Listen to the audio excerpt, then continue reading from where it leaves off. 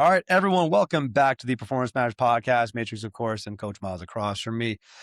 First off, two types of people in this world. Okay, we have subscribers and followers and non-subscribers and followers. So you might as well be with the cool kids. Give us a like and a follow on Spotify, on Apple, and of course on YouTube and whatever else your favorite streaming platform or choice might be. And just join the community and grow the community, right? We have your weekly rants and raves always coming out and want to stay in the loop. All right. And of course, episodes brought to us by Iron Performance Center, the premier strength and conditioning facility right here in the Niagara region. If you want to get in touch, check out the website, www.ironperformance.ca. And we'll go from there. So on this episode, we're going to talk about a few things. There's a couple questions that were submitted. It kind of fits up with the topic as well. VBT, right? What is VBT? What are we looking at? What do the numbers mean? All great questions, by the way, especially because right now during this time of year, a lot of our athletes are home, getting to work. A lot of them in their second phases, going into the third phases cycles right now. And there's a lot of speed boxes and tethers being thrown around with iPads everywhere. So what is VBT? Where do we start? So I think the first thing is literally defining what it is. Velocity-based training.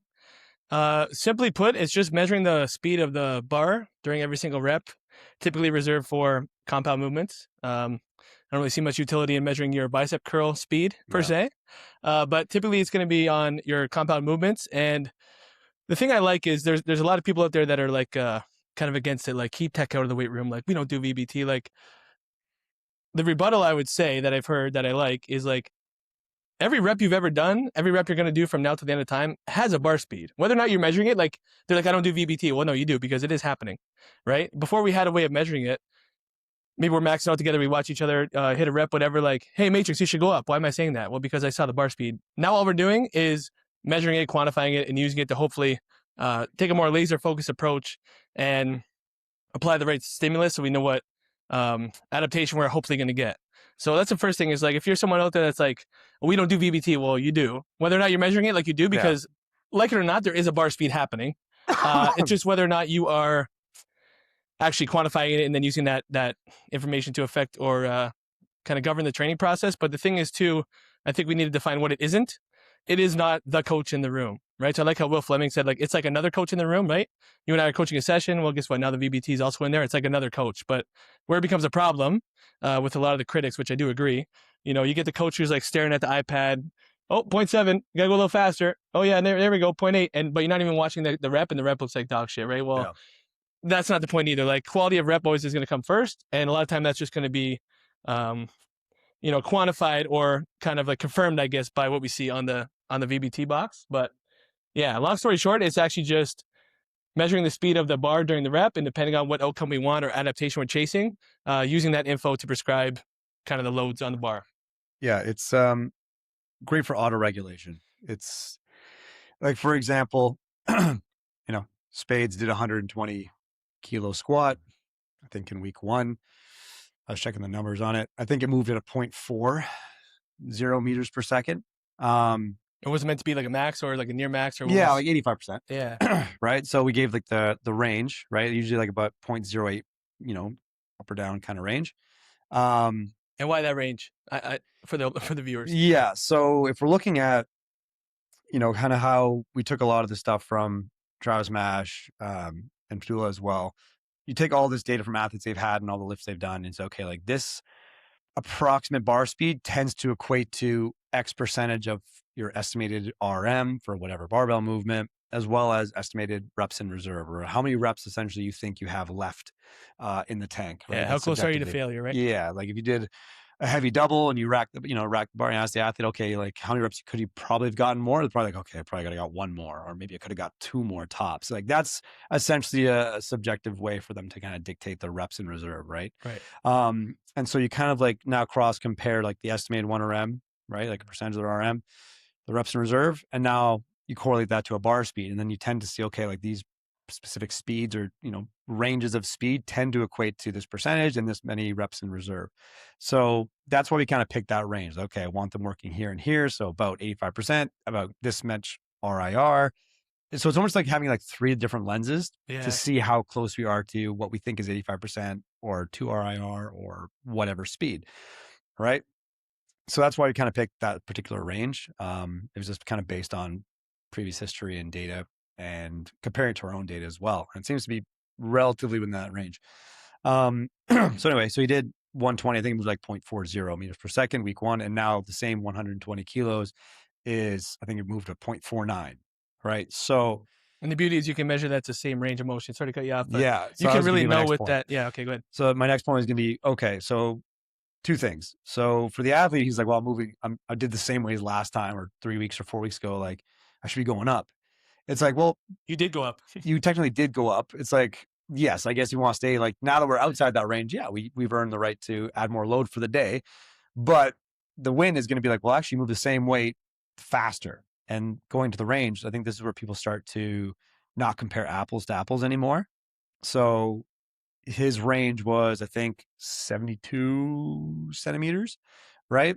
So around the same depth essentially as the first time, which is why I was telling Aiden yesterday, like, hey, it has to be like 68 or higher centimeters, right? It can't be, or essentially like the movement's not the same anymore, right? Like if you did 120 kilos at 0.45 and you did 120 kilos again at 0.45, but the range was 2 or 3 centimeters shallow compared to last time, it's not the same rep. Right. So it's not really easily comparable. I think coaches miss that part. They just look at the speed, but you also have to look at the range of motion on the rep itself. And the Vitruve boxes that we have tell us the range, right? So you can get the depth and you get the mean velocity or the peak velocity, right? So long story short, it's a good tool for auto regulation because we know how, perception and fluctuation of your training max of the day can, obviously fluctuate just because of stress and sleep and all these other factors of life.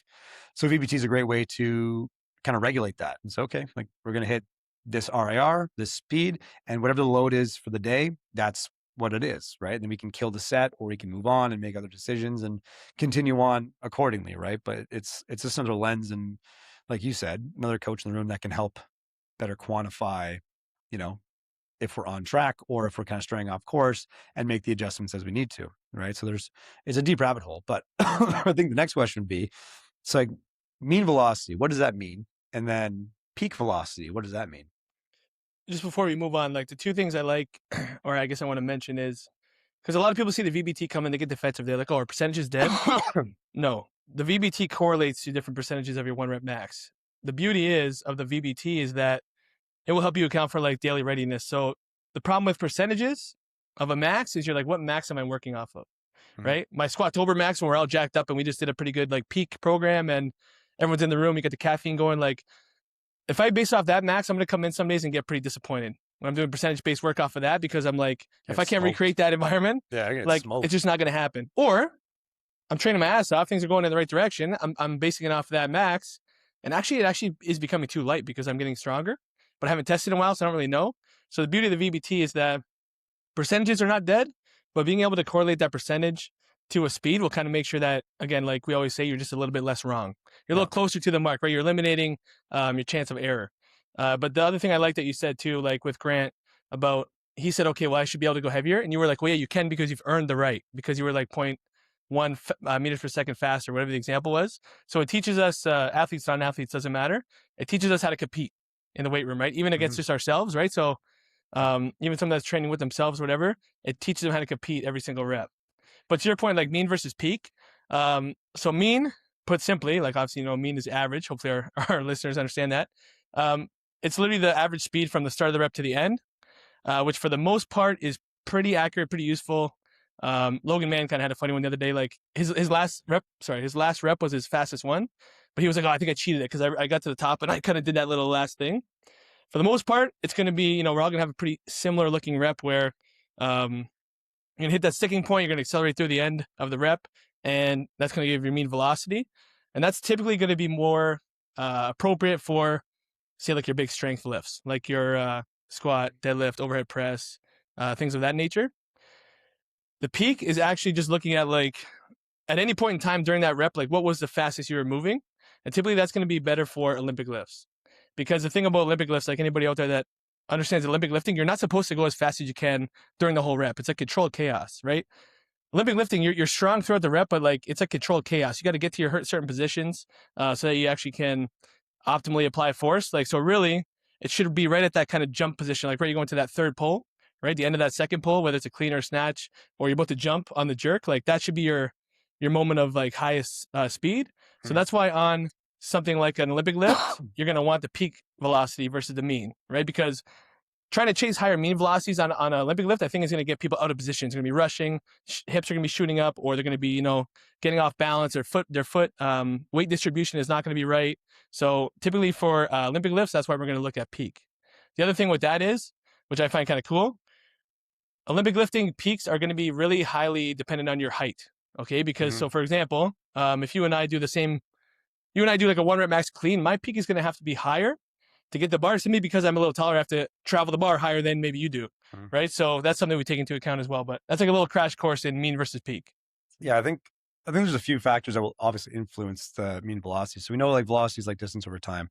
So it's kind of like whatever the distance the tether is traveling, obviously you calculate the time it's taking, and that's where the mean velocity comes from. Because I think some people try to like, almost like when they're doing a squat, they'll try to overaccelerate the last portion of the top half. That's what Logan was saying with his. You know what I mean? He's like, oh, I don't think that. He's like, I think I kind of cheated it. Yeah, it's harder to cheat. Even like squat, they'll go on their toes and try to like shuck it. Yeah. You know what I mean? And the speed is actually slower. And you're like, Right. well, even though that last part was, you felt it was going faster, it was covering more distance. It takes the average of the entire distance. Yeah, true. Right? So distance, if you didn't do that little shuck moment, it probably actually went faster because you're trying to like overcompensate for something. Right. Right. But actually, because you added more centimeters to it, now it has more to calculate and you get a slower average speed.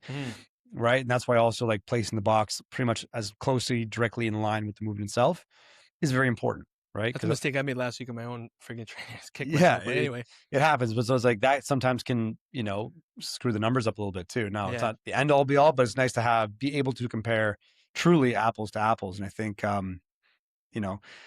think that's just an important, practical point people can apply on their own. Is there certain rep ranges? Like here's the one that it's worth exploring. So let's say we have a set range, right? So let's just crazy math, say 0.4 to 0.5, right? That's like your working rep range. Let's say you have 5 reps, right?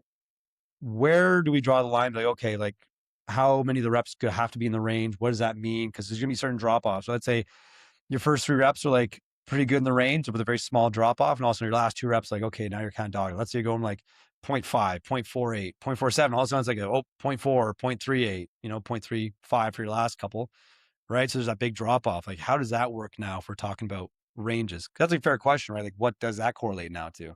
Yeah. So I think like personal opinion, it kind of depends what you're training for, but I'm finding for the most part, if I'm doing like, I still like working in the 0.8 to 1 meters per second, calling it strength speed. People say that's like more of a dead concept. I don't care. I like it. Okay. But now that we get into like the slower speeds that are arguably more strength based, I find, and this is kind of influenced by Travis Mash as well, but also with my own training, I find that like typically I'm trying to prescribe, when I give a range, it's like for the first rep or 2. And then again, like depending on fiber type makeup, you're going to see different rates of drop off. So like, for example, we already knew this from Paulo Quinn back in the day. Again, we're just finding a new way to quantify it, but he would be like, okay, take 85% of your max. Somebody with like a mixed fiber type makeup will get like 5 reps. That's pretty standard. Somebody who's like crazy fast twitch will drop off quick. They might only get 3 or 4. Someone who's a little more slow twitch might get 7 or 8. Okay. So you're going to kind of see that now, I think, with the VBT as well. Like typically I'm saying first or second rep of the set because, like Travis Mash said, I found with myself too, like sometimes my second rep is better than my first, funny enough. But whether I'm doing, like right now, I just did my whole phase of 10s. Now I'm into the 8s. I'm finding that, obviously I'm starting at a higher speed so that I can survive. I'm not starting in like the 0.4s. But let's say I'm doing, last week was like 5 sets of 8. First rep is around 0.7 meters per second. Like you said, maybe 6.8 to 7.2, give or take. And I find it's like a pretty uniform decline doing that, where I'll end up, thankfully, I don't really have a crazy like 7.0, 6.8, 6.5, and then like 0.4. Like I seem to have a pretty uniform drop off.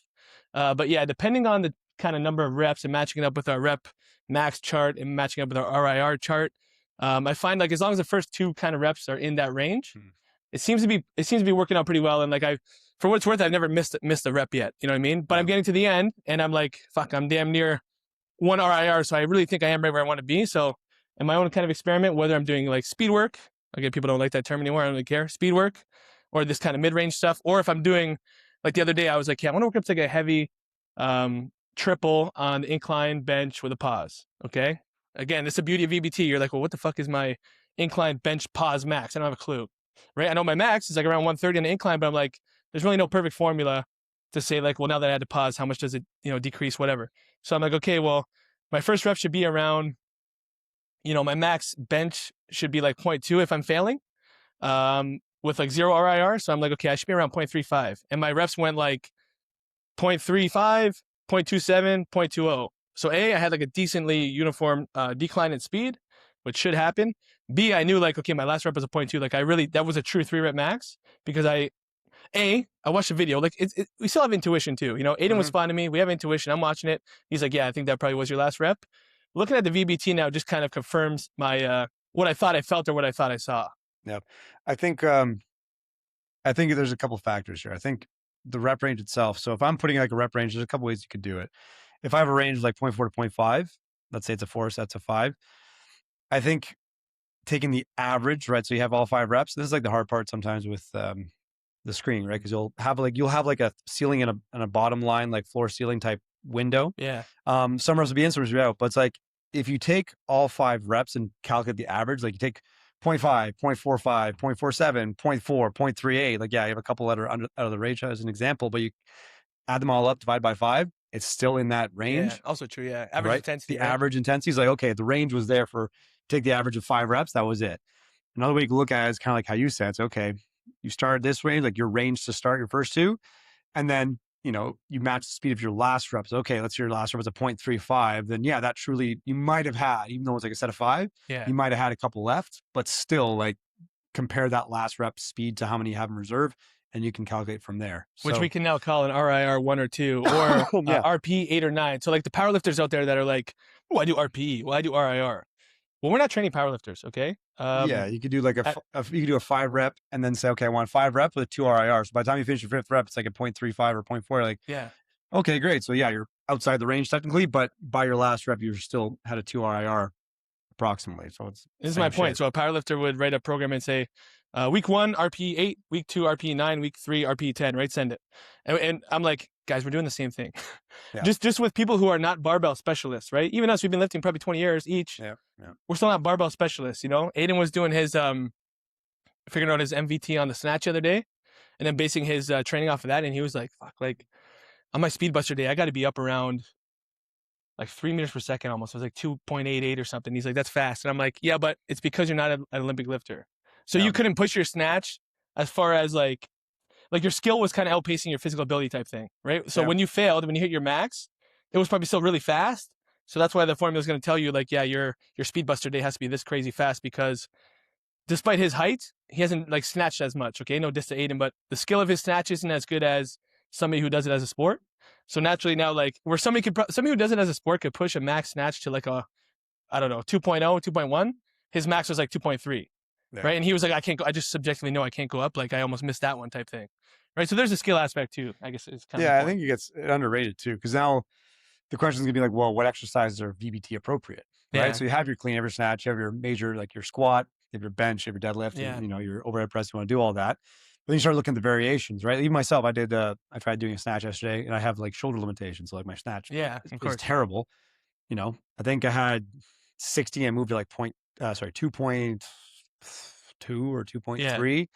So I tried like 80, couldn't get it up, and the bar was like a 2.1. So I'm like, okay, like maybe it was a technical thing, but I literally couldn't just get my arm in the position. So it's like, okay, there's limiting factors for everything. So now that kind of ties into, well, what exercises or variations or even approach for VBT. So if you're comparing like a front squat and a back squat, speed range, right? So it's like, does that matter? Because now they have a different limiting factor, the back rack being a more secure position, but not everyone's going to back squat based on their anthropometrics. Yeah. Right. So it's like, where does that fit in? Because knowing that you might have these thresholds and they might still be able to do it, but not really, because the limiting factor is going to be not so much a technical thing. They just can't hold the bar at that height for so long.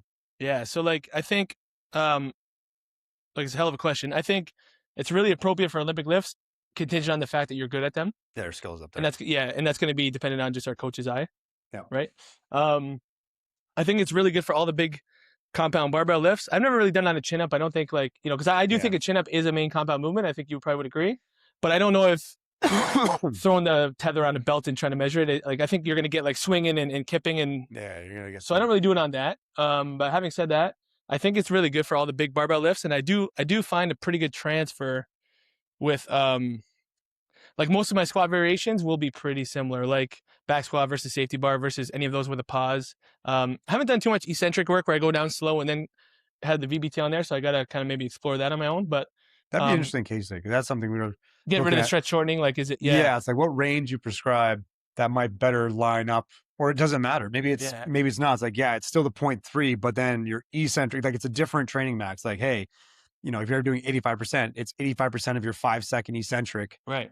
That's what we were talking Whatever, about the other day. Yeah, you know what I mean? So does it's it like, correlate? Yeah, so now the question is like, because I'd love doing like a heavy single at a certain percentage, like 85, 90. yeah. That's Which has a correlated bar speed. which is a correlated bar speed. Yeah, And then you do your back offsets, right? But now moving forward, it's like, okay, well, I want to get that heavy, straight true everyday training max, but it might have to be like it's a heavy set of 1 with the same tempo that your working sets will be at. yeah, So that way it's a more apples to apples comparison to speed. So even though it's like, yeah, it's a lighter load by your comparison, but it's going to be a really relevant to the sets below you, because now that range yeah. matters, right? So it's like it could still move at a point. Well, what if it changed? It's be like, hey, I want your, your one top set with the, 1 rep, 5-second negative. It has to be like 0.4 to 0.48, right? So let's say all of a sudden, like they do it, boom, okay, they fall within the range, right? You're like, okay, great. So like that is, but it's like a lot lighter, obviously, than maybe what a true max would be or true 85% would be, but that's just the correlation to that, Right. right? But then you also see sometimes too, when they start backing off, like their tempos are good and their first couple reps are really, really fast. You're like, okay, so does this top set actually make sense to this set now? You know what I Yeah. mean? Like, because again, sometimes it's just them getting used to it too, right? Getting used to the tempo, getting used to the pace, something else like that. And I think it's going to be, now that I'm thinking about it, I think it's going to be person dependent because, like, for example, a lot of people think ISOs, like a lot of people think pause reps are harder than eccentrics, which Yeah. like Cal would say in his book, because on an ISO, you're at the weak point for like a long time. Mhm. Eccentrics maybe feel subjectively harder because you get that burn per se, but you're only at the weak point for a split second. But me, I'm like, I think training history, I think from playing football my whole life, being in a 3-point stance, going from, dead stop to getting into the play, like, A, I really feel comfortable doing pause stuff. I really like it. But B, I mean, just like, a bit of an anecdote, like when my best squat was like 450, my best pause squat was like 420. Mhm. Right? Where like a lot of people would have like a bigger gap, and that's not a brag. I'm just kind of give context. Like, so other people be like, oh man, I suck at pause stuff. I can only do 100 pounds less than my max. But me, I was like, actually, I'm really not that far off. So I kind of think it might depend person to person. But what I do like it for though, is I found if I go like a phase of heavy triples on a bench, straight bar, normal grip, whatever. And then next phase, I'm like heavy triples on a Swiss bar. The Swiss bar is going to be lighter because obviously it's a harder variation, but I am finding that like when I let the speed kind of govern it, I'm getting kind of similar, like I'm getting close to the same kind of patterns as how my reps progress rep to rep within a set. I'm finding I'm getting like the kind of the RIRs or the RPs I want. So I do find like, all things equal, like I'm finding that like even when you switch variations, it is oftentimes a little similar. It is similar. I think to your point too, like some things like a front squat are unique. Brian Mann he had a funny anecdote about, he's like, front squat with bands like was a really good idea until we started doing it and guys are fucking biting their tongues off and like really hurting themselves, smacking their chins. Yeah. Something you don't really like on paper looks great when the Yeah. rubber meets the road, and he's like the VBT guy. So if he has a humility to admit it, I'm sure we can too. So that's a factor too, right? Like he's like, fuck, like same thing. If like I've never done, like I love push press. I've never done overhead press, like from a dynamic perspective, because again, I don't know if someone's going to accidentally hit their chin or their nose. They're just trying to, grind it. Yeah. I've done it. I've done the VBT in these other kind of, 0.7 and slower for a strength, maybe kind of stimulus, but I think it would all have to be, like you said, very individualized. So I Yeah. think we have ranges and we have like data to show for like major compound movements, like your back rack, squat position versus a front Mhm. squat. Like, I don't know if I'm sure it's close enough, but again, you wonder like, okay, like a 0.3 on a back squat, you'd expect obviously your, front squat to be about like 20% less. yeah, But weight again, wise, yeah, weight wise, right? So it's like, what if they can still do it, but obviously like their form can't hold it, like their Yeah. posture starts going, their head start going. So it's like, I get it. That's just part of it. Like that's why it's 80% of your Yeah. back squat, right? So maybe it's close enough where, yeah, it's just relative to the thing. I'm thinking it is, but I can't definitively say. Yeah, And then now questions like, okay, like what about a barbell reverse lunge or a split squat where you start like timing the speed for individual legs, like yeah, that kind of thing. Because there's no real data to show any of that. But it's kind of just like, okay, if we do a barbell rear foot elevate split squat, just 1 rep on each leg, right? You catch the speed of it. It's maybe what does fall in the same, 0.3-ish range for a true yeah, max, something like that per leg. Okay, great. Then that's the case. That might be the data you just kind of correlate to for that person. Just make sure all the, the back offsets for that line up with that. If you had tempo, same thing. I think the back off sets have to be like, hey, you broke up to a heavy single with the same tempo as your working sets. That way you can compare speed to speed, and that way it's not going to change too much.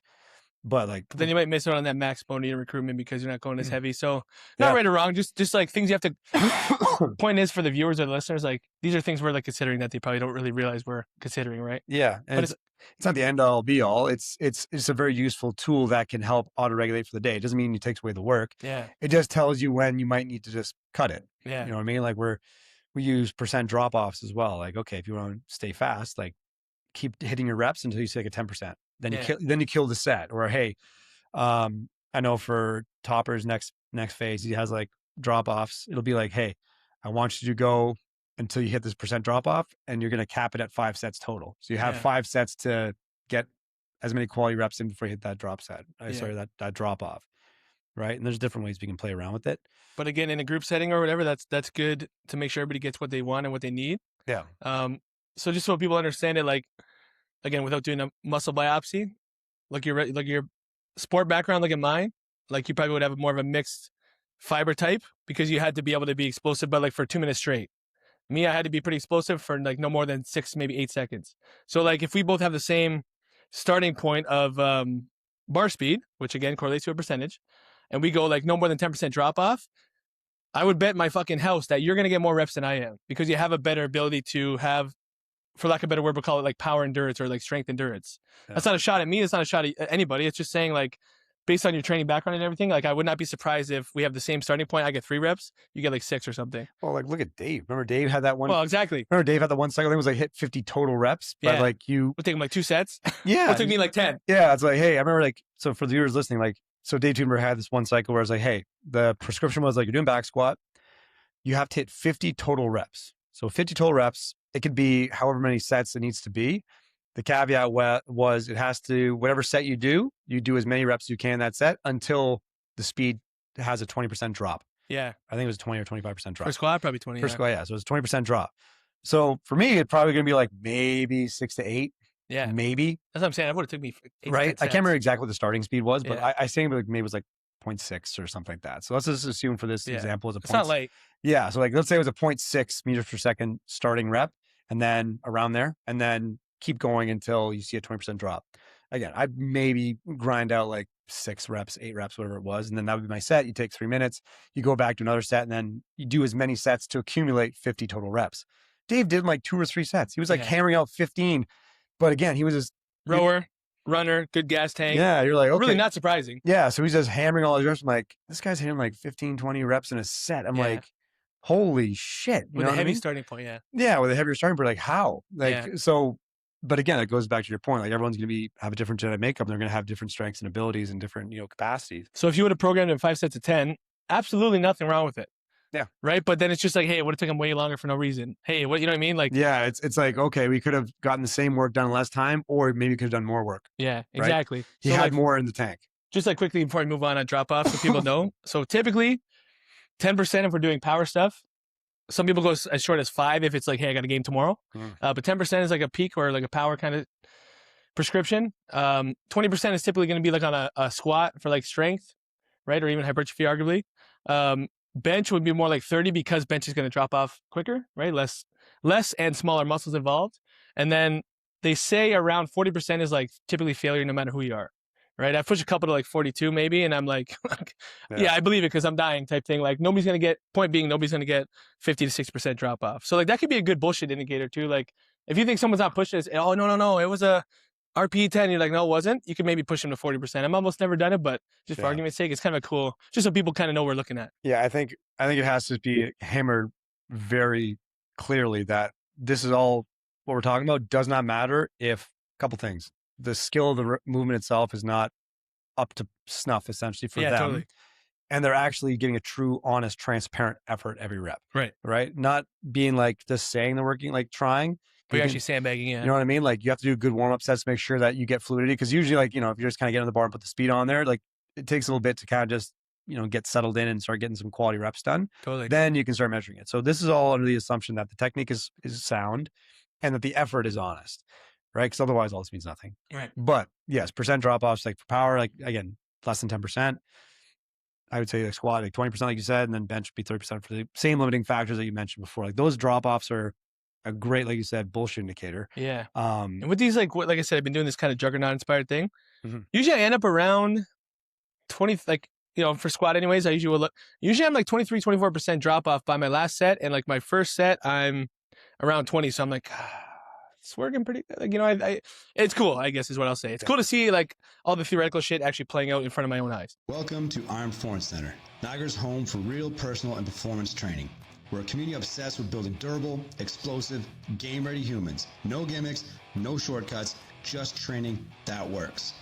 From athletes chasing scholarships, to pros chasing championships, to regular people who just want to feel strong, move well, and stay built for real life.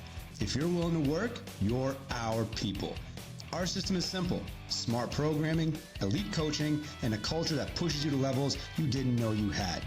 With modern technology and principles-based programming, we track your progress, teach you movement skills, and give you every tool you need to perform when it matters most in whatever arena you call home.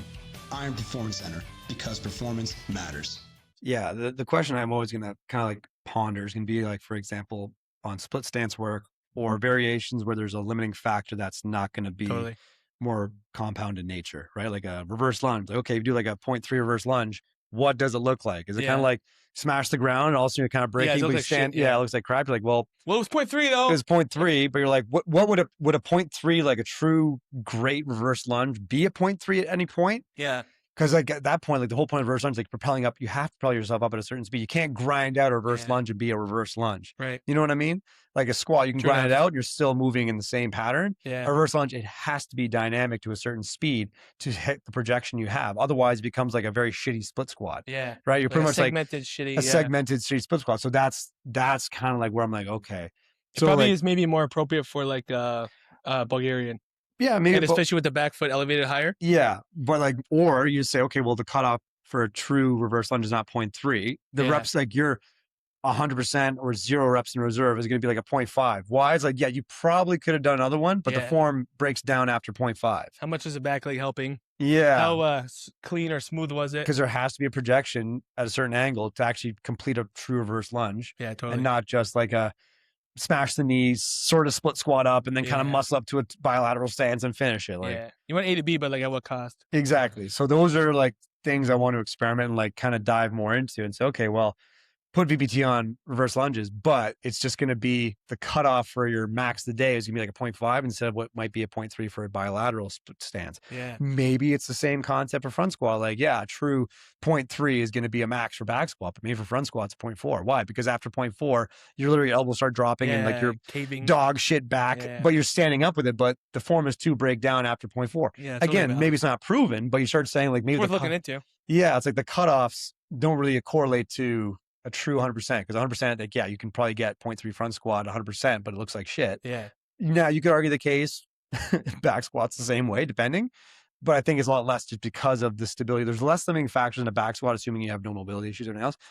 There's less limiting factors in terms of, constraints that stop you from able to generate force in a true back squat versus like a front squat. Like the limiting factor is going to be your ability to hold your frame because the bar is anteriorly loaded versus posteriorly loaded. Yeah. Same reason why like, these powerlifting guys or guys from Kilo, like they will never even do a set of front squats more than 6 reps. Yeah. Because again, to your point, they're like, agree or disagree, doesn't matter. But the point is, well, your legs are not going to be what fails after 6 reps. It's going to be your front rack, your posture, your, that's the rep integrity. But what I have found is cool on like reverse lunges is I remember with Mike Damagala, we're doing them like dynamic effort. I think there's bands on the bar. It was like 8 sets of 3 per side on the minute, whatever it was. And his, when his left leg was forward, so I would argue like the more active leg, he was way faster than when his right leg was forward. Yeah, right? By like 0.2 meters per second. So if you look at the chart and you guys see how much percentage different that is, it's way different. So first I was like, well, you're a right-legged kicker. It doesn't make sense. And he was like, well, no, it makes perfect sense because I plan on my left leg. I take a fucking sprint, I slam my left leg in the ground, and then my right leg just comes through like a pendulum. So he's like, to be honest, I feel like it makes a lot of sense. So that was pretty cool for me to A, see, B, to learn from him. We kind of figured it out together. And then I've always kind of wondered, like, you would jump someone on a force plate and be like, oh, 15% discrepancy side to side, that might be a red flag. So back then I was like, shit, I wonder if I'm thinking too much, or I wonder if that's a red flag where fixed weight, he can do that much. Like it was like astounding. It was like 0.2. It was like 1 meter per second versus like 0.8. Like it was a big difference. And that gap shrunk over the couple weeks of doing it. In my head, I'm like, was that a win? I don't really know. But shit that just leads you to more questions. Yeah, it's definitely something I want to experiment more of. Like, okay, I think small step would be like, okay, we're gonna do unilateral loading, Bulgarian, right? Because you get the range and it's planted. There's no dynamic projection angle like a reverse lunge. But I do want to experiment with a reverse lunge. So, okay, like where will we approximately see a form breakdown and at what speed? Yeah. And is that consistent across enough people where it's like they probably could go heavier, but then all of a sudden their form is breaking down to shit. Yeah. Right? It's like, okay, well, for the intensive reverse lunge, maybe it has to be at a certain speed range or higher, and that's good enough, right? Yeah. But a lot more questions regarding those specific things. It's always like the limiting factor exercises, like even like an RDL, right? Like limiting factors in your back. So it's like you can't do the same prescriptions you would a deadlift. Yeah. So it's like maybe it's a different cutoff. But again, what's funny is for the people out there that, so we have the charts on every rack of like kind of a couple of your big movements, the normative values for your speeds, and it's different for a squat versus a bench versus like a deadlift and overhead press are more similar. And you might not really understand why at first, but if you think about it, like neither one starts with an eccentric. Obviously, you know this, but I'm saying like to the crowd, the deadlift starts from the bottom, no pre-stretch. Okay, the overhead press typically starts from your clavicle, no pre-stretch. Again, the squat is simply fastest because you have a ton of big muscles working, and B, you have a stretch shortening cycle. Then typically would be a bench. Yes, you have that rebound, but you obviously don't have as big of muscles contributing to it primarily. And then, like a deadlift and overhead press are pretty similar because neither one really has an eccentric to start the rep, right? So almost makes you wonder, like, like which, we can obviously go do the experiments, but if you had to guess, like which one does an RDL compare to? Yeah, it's hard to say. Does it compare to like a bench? I don't know. I would argue it's probably more like a squat. Yeah. I would argue just because of the stretch shortening cycle. And how I would start it off is because if they're going heavier, like I would start them off like pick up the bar from the pins on the rack. Yeah, like, walk it out 2 steps or whatever. Yeah. Walk it out because otherwise like a deadlift. Anyway, but that's something I'm playing around with. And also again, say, okay, once I'm working like heavy triples, is it the same speed range as heavy triples on like a back squat? And see what, because again, the lower back is going to be the limiting factor. And the beauty of an RDL is that we're going to really need to measure the range of motion. Yeah. Every exercise, yes, but definitely that one to say, because everyone's going to have such a different range on an RDL, but at least if you're consistent to yourself, it's measurable. I think if you truly want to test, again, this would just be concentric proportion only. You'd have to set the pins, like do a bottoms up squat essentially from pins, or have a target and hit the same target every time. That way, at least the range of motion on the tether is consistent. So you'll get truer numbers from that. But again, it circles back to what we talked about earlier. Like I think a lot of coaches negate or neglect to look at the range of motion of the rep and say, oh, wow, they got a faster speed or a slower speed. It's like, but did you look at the range of all the repetitions that you looked at? And was that consistent within like a centimeter or so? Yeah. Right? Especially those who celebrate, because it would also calculate for us wattage. So again, some people will say, oh, same weight, higher wattage, big win. But again, the range was less. Well, guess what? It's actually not a big win. Yeah. Or it's not comparable. So that's why, like, we're saying, RPE, RIR, percentage, VBT, 4 lenses we're looking through. Within the VBT, though, you have to look at a couple lenses: the range, the load, maybe the wattage if you want, and the bar speed, right? And then kind of see how those things all speak to each other. No different than the force plate. Like, we're looking at the jumps, this went up, that went up. Oh, but the eccentric speed was different, or like the depth of the jump was different. Like, well, those factors are all going to, influence the outcome. Yeah. No, it does. I'm curious also to dive into more. I know we saw something in the group chat about how there's a way to quantify force plates to eccentric loading too. Right. I'm curious to dive more into that in terms of, okay, what things are these other coaches looking at that dictate their eccentric loading in terms of prescription for eccentric work. And not only the prescription, but the assessment of who needs what and why. Yeah. Like what kind of eccentric work? So it's almost like, damn, this rabbit hole is going deep. Yeah. Now, but it should, because that's what our clients deserve, Yeah, it's crazy because now it's like, okay, we do more eccentric, but like what type of eccentric work? Yeah. Like how much eccentric? Like what duration of eccentric? Like, ooh, we're really gonna go down, like we're gonna split some hairs and go down a rabbit hole, man. Yeah. That's crazy. No, that's a lot of VBT stuff. That's pretty honestly all encompassing BBC conversation. Yeah. You could take that and you can at least have a bit of a clue of what we're doing and why. And understand that we're not trying to reinvent the wheel. We're just trying to be a little more precise and shoot with the sniper instead of a shotgun, right? Yeah, no, We train hard, we get better. Yes, okay, totally. But like, how do we train hard? How do we know we're training hard enough? Yeah. The VBT helps us do that, right? People think it's just like a deterrent of hard work and it's making us peel back. Like, into Joe Ken's point, like a lot of people are using it for that, but like I would argue, on the side of like Will Rattel, for example, like no, we're using it to push people harder. Yeah. When appropriate, Yeah. or not even harder, but appropriately. I think this is a personal thing. I think if I had a VBT thing, I would just use it for the first rep, and I want someone to say, take the iPad away from me. Cause like, I want to make sure like, if I'm doing a cutoff, someone else like just put on the audio cue and I'll know if I missed. Bing. Okay. You missed. Or have someone else say, okay, kill it. Yeah. Right. Cause otherwise I think people get so caught up in the numbers that they start compensating. They see a number. Oh, I'm close. I have to fucking, they start bouncing or changing form. Sometimes like, that makes the speed worse, ironically. It does, honestly. It kind of cooks them a little bit. It's almost like, okay, like the VBT is just a prescription tool to help auto-regulate.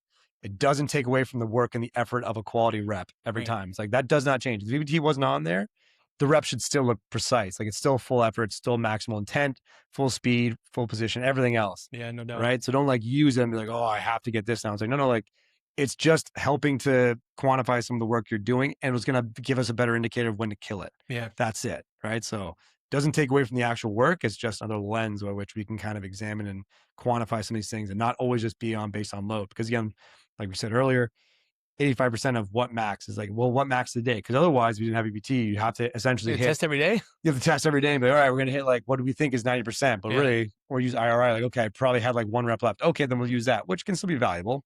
But you can use different speeds now and be, okay, well, that feels good for the day. That's your thing for the day, assuming you tried as hard as you could, right? Totally. But yeah, we were kind of shifting gears, but we talked about, we were talking yesterday with our young group about, going to their off ice season development because, they're curious, they're young, and it's a good time for them to start learning about this stuff. Cause strength conditioning, especially if they're striving to get to post-secondary or junior or pro, whatever it might be. Essentially off ice and strength conditioning is like now embedded into their DNA. Like it has to be. It's not like a checkbox type thing.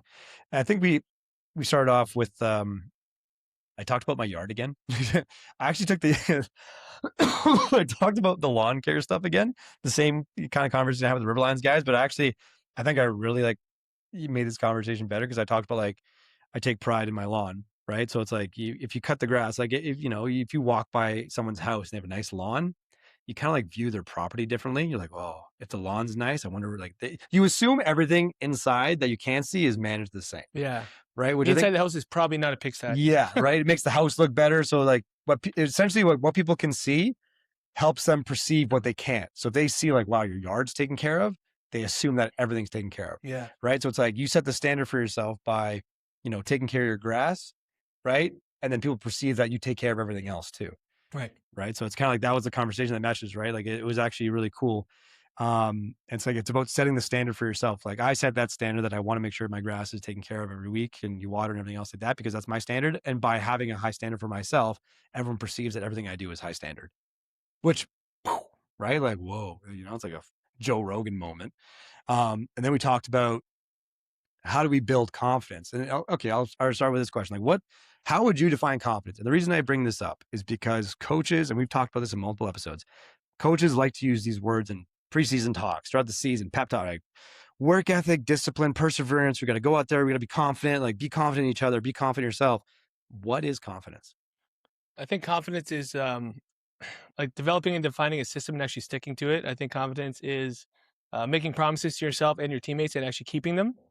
Like that's like the biggest two simple but profound things. Like confidence comes from, you're in a it's game 7. It's like a what do you call it? Penalty shot, like hockey example. And like, you're the one that gets to go and take it. Like you're reflecting back on all the extra times you've taken those shots in practice or all the training you put into it. You're not just going to get lucky at that, 11th hour and say like, I'm just going to try to deke the goalie out and hope for the best, right? It falls back to your systems, what you've done in the past. So I think that's like, put simple, like I'm sure you're going to expand on it, but I think making promises to yourself and actually keeping them. Yeah, that is the essential pillar of what confidence is. I remember I asked Charlotte this morning too, I was like, how would you define confidence? And they started like defining it by using the word. And you're kind of like, well, Yeah, or that's how definitions work. using synonyms of the Yeah. word. You know what I mean? Like, so, and they, Gusto.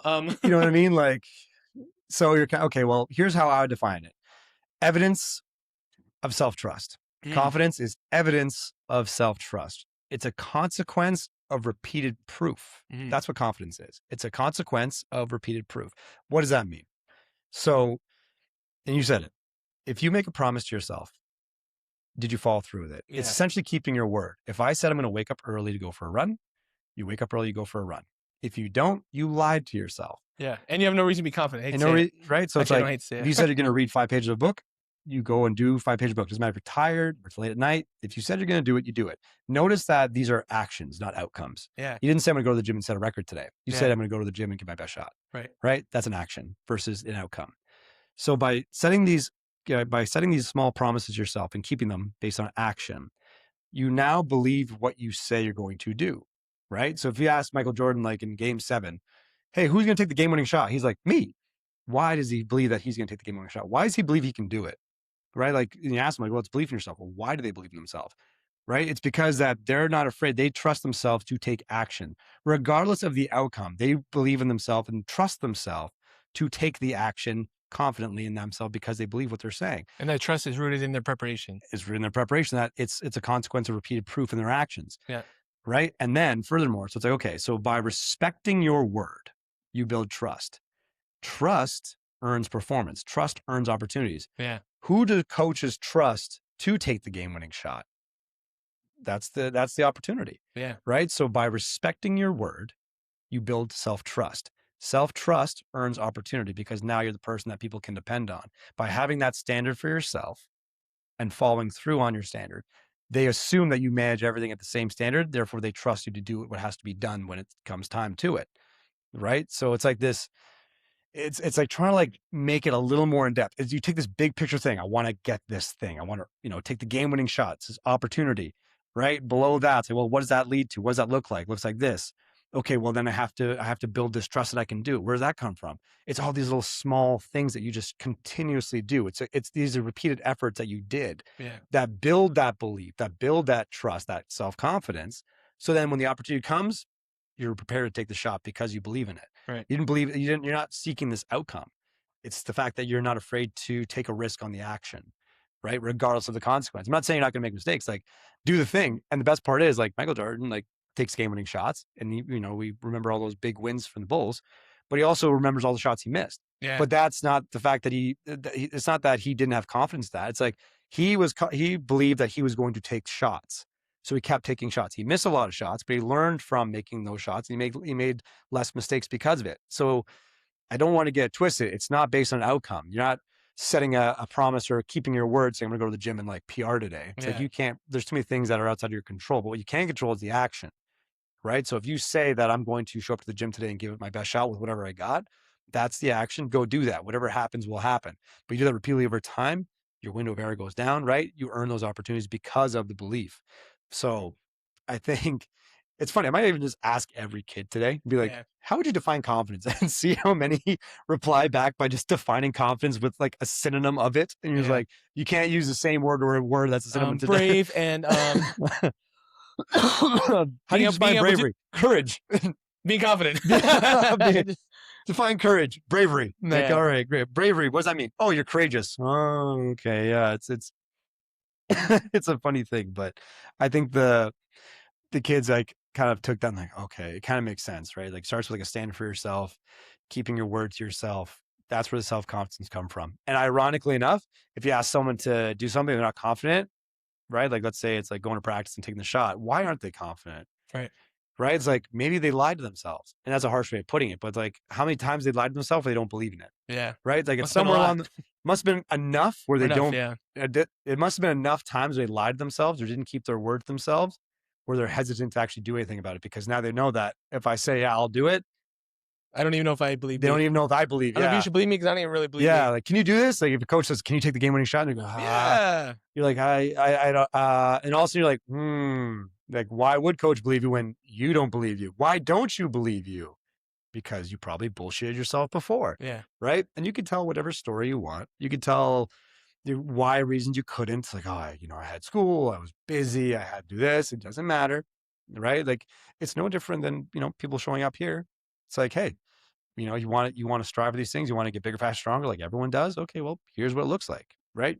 I expect to see you here 4 days a week getting after it. Well, I want to do all those things, but I got this, I got that. It's like, well, then which those one do you things are not want? going to happen. Yeah, those things aren't going to happen. Well, I can't. It's like, well, do you believe you when you say that?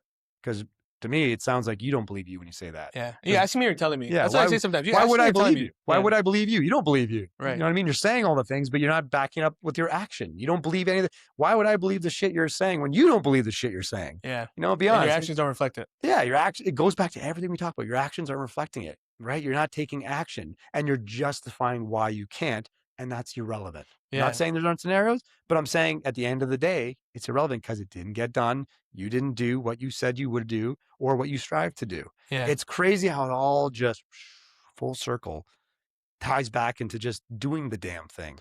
Yeah, talk is cheap, and people say, "Oh, it doesn't matter what you say." It matters what you say, as long as your actions match what you say. Yeah, that's the thing. It's not that it doesn't matter, but the reality is the most effective people do a lot more than they say. Yeah, it's crazy how simple it really is. It's not easy, simple, but it's really just showing up and doing what you said you were do or want to do, right? Like you say, hey, I really want to get bigger, faster, stronger.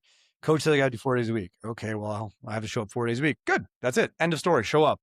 That's right. You're not going to set records every day, but the point is you said you would show up. If you just do that, you believe now in yourself because you did what you said you would do. And by default, your outcomes are better.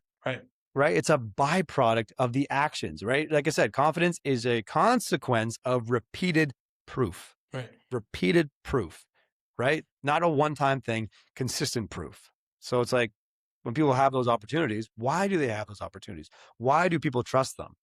Right? Because they cut the grass and they assume that everything else is the same standard.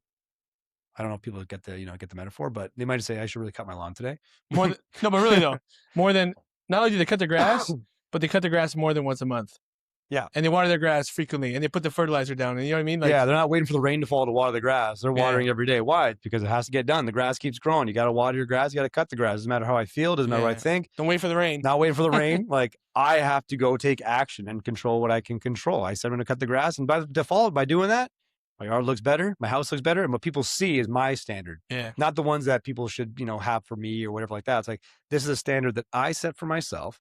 And now your perception of it is pretty high. Why? Because what you see is what I believe in, which you assume now everything else in the same order, which it is. Why? Because my standard and what I say I'm going to do over here matches what I say over here. Why? Because I keep the word, promises I make to myself. And that's what I think the message should be for athletes. It's like, you strive for these glorious things, these things that very few people will ever get to achieve, but you have to understand what it looks like. And if you truly want to embark on that endeavor, then you're going to have to get real good at doing what you say you're going to do, because doing what you say you're going to do is going to earn trust that you can do it from other people that are going to provide you an opportunity. An opportunity is there to be recognized, but only if they trust you. And how do you earn that trust? Right? By respecting the work and the words you say. It can be that simple. And the beauty is, especially in a team sports setting, but I guess, just in general, you doing that and living up to that code will inspire those around you to do the same. Yeah. It's hard to be one guy on a team that no one else kind of floats the same boat. You cut your lawn, you do the edging, you do whatever. The neighbors are like, oh, fuck, I don't want to be the one. I don't want to be the fucking one. I'm not fucking lying. I cut the grass within an hour. No, maybe 2 if he's not home. Maybe within 2 hours after I cut the grass, my neighbor cuts the grass. That's my point, right? What that do you think? Motherfucker knows too. Guys see Kobe staying after practice, shooting a bunch of shots. They, you know what? Maybe I'm going to do the same. Guys see you cut your lawn. Oh, I don't want to be the one with the bum ass lawn in the neighborhood, so I'm going to cut my lawn too. Well, that's what I mean. So I'm not lying when I say that. Like Jessica knows that too. I'll go. After I cut the grass, I go inside and shower. Within a minute, be sitting down doing something. Jessica's like, I'll look out the window, and Jessica's like, "You saw the lawn." I'm like, "Yeah, I bet he does. Brother. I bet he does." As soon as my lawn looks so nice, then he looks at his shit. He's like, "Well, fuck, now I can't have it looking like this. It's the same grass attached." He's like, "I can't have my shit looking bad." That's what I mean. So that's damn good. Right. That's productive. It's crazy. Look at our street. The first few houses all have really nice lawns, and then there's a few houses where they're not so great, and mine is the one that always has a decent yard. Yeah. Right. And the minute I cut it, the guy right directly beside me cuts his, and the one across from me cuts his. It's almost my point. So take that and apply that to a team sport. Contagious. Yeah. It's contagious lawn cutting. Nobody wants to be that guy. Nobody, Oh, because shit, you I want got the the shitty yard and the fucking dandelions block. and the shit growing over the sidewalk and the Yeah, long you're ass setting the standard. grass. Yeah, You're setting the standard. good. That's, Michael that's Jordan like got healthy, the Bulls. Same healthy peer shit. pressure. I'm telling you, it's glorious. You just got to be the one. What's that Coach Carter reference? Like your light and powers or something. I can't remember the quote. Oh, what's your deepest fear? Yeah, deepest fear. You're The powerful beyond measure. powerful beyond. There you go. Powerful beyond. It's our measure. light, not our darkness, that inspires us or something. I have to Some fact check it, but some show shit. Timo Cruz. Yeah, some shit. But it's just like cut your grass, ladies and gentlemen. Don't wait for the rain to man. fall. 3 inches tall. Fertilize it and stay ahead of the weeds because shit goes wrong. But yeah, that was a good wrap, man. We crushed a lot. We crushed a lot today. I mean, I don't think we've been on here in a while, so Yeah, it's been fun. It's been fun. We got some cool guests lined up. I'm excited for the coming months ahead, but we'll put a bow on it for this one, folks. So this Performance Matters podcast, we're on Apple, we're on Spotify, we're on YouTube, whatever your favorite platform to stream is of choice, you know where to find us. Be sure to give us a follow, right? We would ask that favor of you guys to give us a follow on Spotify, help us grow the community so we can get and reach more listeners with our weekly rants, raves, and of course, these lawn cutting revelations. Maybe I should reach out to like Scott's Turf. Yeah. You know what I mean? Like sponsored by Scott's. Yeah, fucking sponsored by Scott. Cut grass. Just have like a big Scott's Turf builder in this motherfucker. sponsored by Moch's landscaping service. Moch or Carson will have a bidding war. Carson's landscape will have a bidding war. Oh shit! Damn it! Yeah, we gotta get a sponsor on here for cutting grass now, fellas. We'll put it in the thing. So, all right, guys. Coach Matrixx and Coach Myles tuning out for this time. Peace. Peace.